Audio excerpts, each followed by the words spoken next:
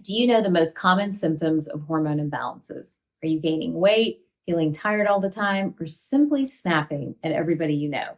In this next video, we're going to talk about common hormone imbalances that you need to be aware of, both men and women, what you can do about them, and the holistic remedies that help to treat them. Our hormones are a superpower most of the time, but when they're not working, boy, can they work against us.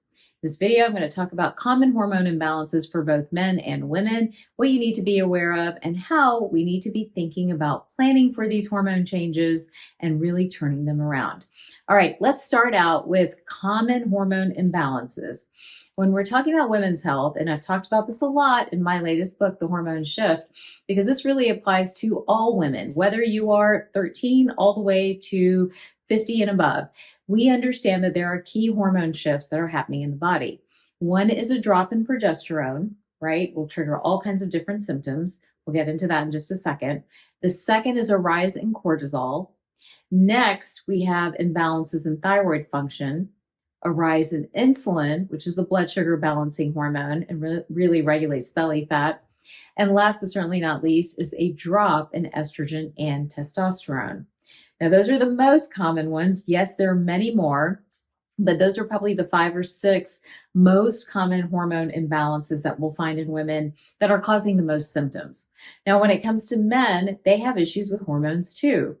Usually, they are also experiencing the rise in cortisol, which crashes gut health, really messes up inflammation, triggers a lot of different metabolic diseases in men, including cardiovascular disease, weight gain, and so much more. We also see in men a change in their thyroid levels as they move through the different decades. And last, but certainly not least, I know you guys are waiting on this one, it's the change in testosterone. Testosterone levels declining as cortisol is going up, as gut health is going down, as inflammation is going up, and as nutrient load is going down. So men experience hormone shifts as well. And all of these shifts are slow at first, but then become much more exaggerated, much louder, and end up working against us. All right, so there's so many ways hormones can contribute to us not feeling well. And any of those hormone shifts that I just talked about will cause these symptoms. But here are some of the top symptoms that I keep seeing over and over again. And the first one's so vague. It's fatigue. Fatigue is one of the biggest hormone changes or symptoms that men and women experience when their hormone changes. And it can look like lots of different types of fatigue. There is cognitive fatigue where you have trouble thinking. There's emotional fatigue where you have maybe more depression. And then there's physical fatigue where you can't get through your day, or honestly, after a workout, you just want to sleep for hours and it takes forever to recover. So really pay attention to fatigue. The next one is irritability. All right, both guys and women. Are you guys snapping? Snapping at each other, snapping at the kids, snapping at a coworker. Irritability is a very big sign of a hormone imbalance. Low testosterone can do this, high cortisol can do this, and low progesterone can do this as well. Let's move to the next one. Trouble sleeping. When women drop estrogen and progesterone levels, or their thyroid is imbalanced, or their cortisol levels are getting too high, and sometimes all of that is happening at one time, then we know trouble sleeping becomes an issue of hormone imbalances. Specifically, waking up between 2 and 4 o'clock in the morning is a sign of high cortisol, right? And that in turn can trigger the low progesterone and many other signs and symptoms that both men and women experience. When men drop testosterone levels, they can have issues with sleep as well, because it's an opportunity now for cortisol levels to get higher and higher. All right, those are some of the top ones: the fatigue, the irritability, the trouble sleeping. Oh my gosh, the weight gain. I think that drives so many people into practice. That weight gain looks different on different people, but what's happening with the hormone shift is that blood sugar levels are going up, insulin is going up. That results in more belly fat. Metabolic block is almost what I call it, where no matter what you do, you just keep gaining more and more weight. It's almost like the liver goes into fat storage mode and visceral fat numbers get very high.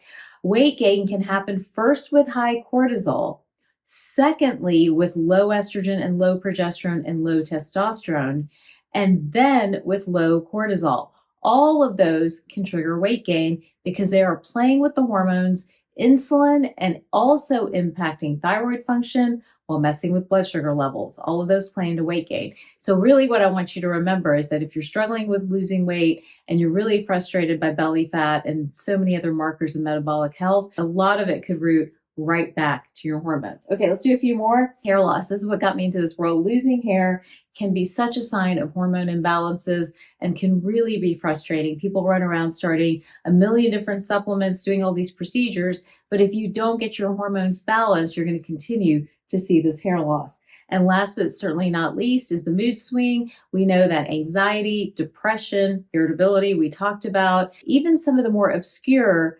diagnoses like OCD and bipolar and even borderline personality show up really with these hormone shifts. These are some of the most common symptoms associated with hormone shifts that we should be thinking about when we're thinking about hormone imbalances and why hormones actually do start to work against us. Okay, so once you know those symptoms and you're sort of thinking through, is this me? Then it's really important to help you identify which hormone pattern is you, because then we can start to build a treatment plan around that. There are a couple of different ways to diagnose hormone imbalances. Now, in the hormone shift, I have a whole protocol for helping you try to figure out what your hormone imbalance might be. And so check that out. There's also a hormone symptom checklist that can help you look through and decide if this is something you really need to pursue. But there's lots of different types of testing. Sitting here, we have a saliva test, which is an easy way. You spit into a tube and it looks at both active and stored forms of hormones. And this is typically checking estrogen, progesterone, cortisol, and so much more. It can't check a thyroid level, keep that in mind. It's not checking an insulin level either, keep that in mind. But it can give you some of that baseline information about some of these key hormones. Now, in addition to that, you can do blood testing. This is through LabCorp Request. We have standard panels that we've been using at Center Spring MD to help us identify what hormone pattern we need to be building on and really trying to correct over time. Let's work on building a treatment plan for balancing your hormones naturally. It always is going to start with diet. We've talked about this before. There are foods that are going to help support your hormones and hormone imbalances and foods that are going to work against you. Again, in the hormone shift, we have a whole hormone reset, a 30-day hormone reset that you can pursue to help build hormones back naturally. But it starts with getting rid of inflammatory foods. So looking at things like gluten, dairy, sugar, foods that are refined or processed or have a lot of chemicals in them, all of these are things you want to take out of the diet so we can get back to healthy hormone balance. Eating at consistent intervals, ideally every 4 hours or so, and getting at least 20 to 30 grams of protein every 4 hours is a way to keep your blood sugar balanced, right? That insulin component. That in turn helps us to balance things like estrogen, progesterone, and testosterone. Getting in enough healthy fats, like the omega-3 fats, olive oil, a little bit of ghee or coconut oil, supports gut health, supports the microbiome, but provides the nourishment that hormones need to build. In Chinese medicine, they talked a lot about qi and overall energy, and hormone depletion was seen as a deficiency or a depletion in the body. And so it is important to build all of that back by building back a better gut, building back nutrients, and really helping with things like malabsorption.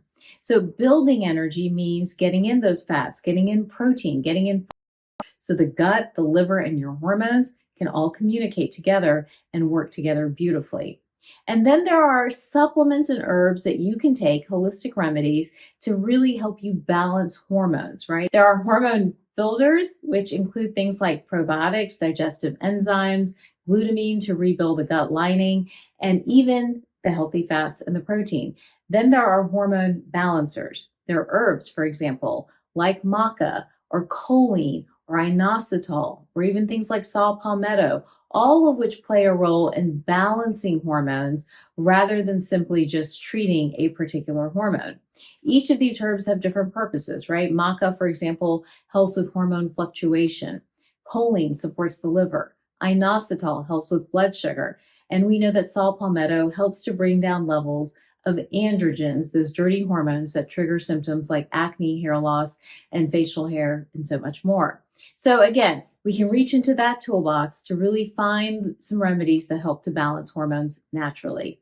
Moving on from that, we know that managing cortisol and stress is a big part of overall hormone balance. So whether you add acupuncture in weekly to balance your hormones and also balance cortisol, or you get a weekly massage, or you're simply getting out in nature about 15 to 20 minutes every day, all of that counts when it comes to balancing hormones. So remember, hormone imbalances are real and can work against us instead of hormones being a superpower. So it's important to remember to track them by testing and really seeing what your hormone levels are doing. Use things like the hormone symptom checklist to gauge where you stand in the hormone equation. Use every resource out there, including My Hormone Shift, to help you understand what a healthy hormone diet looks like. And then find the holistic remedies that are going to work for you. Again, this is such an important topic. Remember, in the Hormone Shift, there's a whole glossary of holistic remedies and how they match up to different hormone patterns. Take a look at that and begin your hormone journey today. There is no reason to live in hormone hell. There are answers, and I want you to find them.